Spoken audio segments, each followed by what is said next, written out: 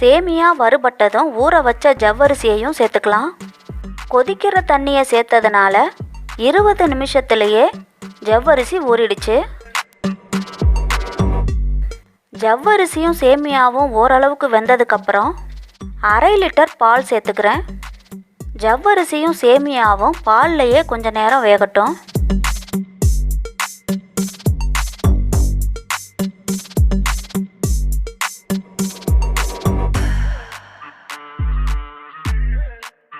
சேமியா வேகிற டைமில் ஊற வச்ச பேர்ச்சம்பழத்தை மிக்ஸி ஜாரில் சேர்த்துட்டு நைஸாக பேஸ்ட் பண்ணிக்கலாம்.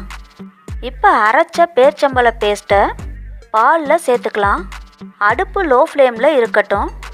நான் இந்த பாயாசத்தில் சர்க்கரை சேர்க்க போகிறதில்ல, ஏன்னா பேர்ச்சம்பழத்துலேயே நிறைய ஸ்வீட்னஸ் இருக்கிறதுனால நான் சேர்க்கலை. இனிப்பு நிறைய வேணும்னு நினைக்கிறவங்க சர்க்கரை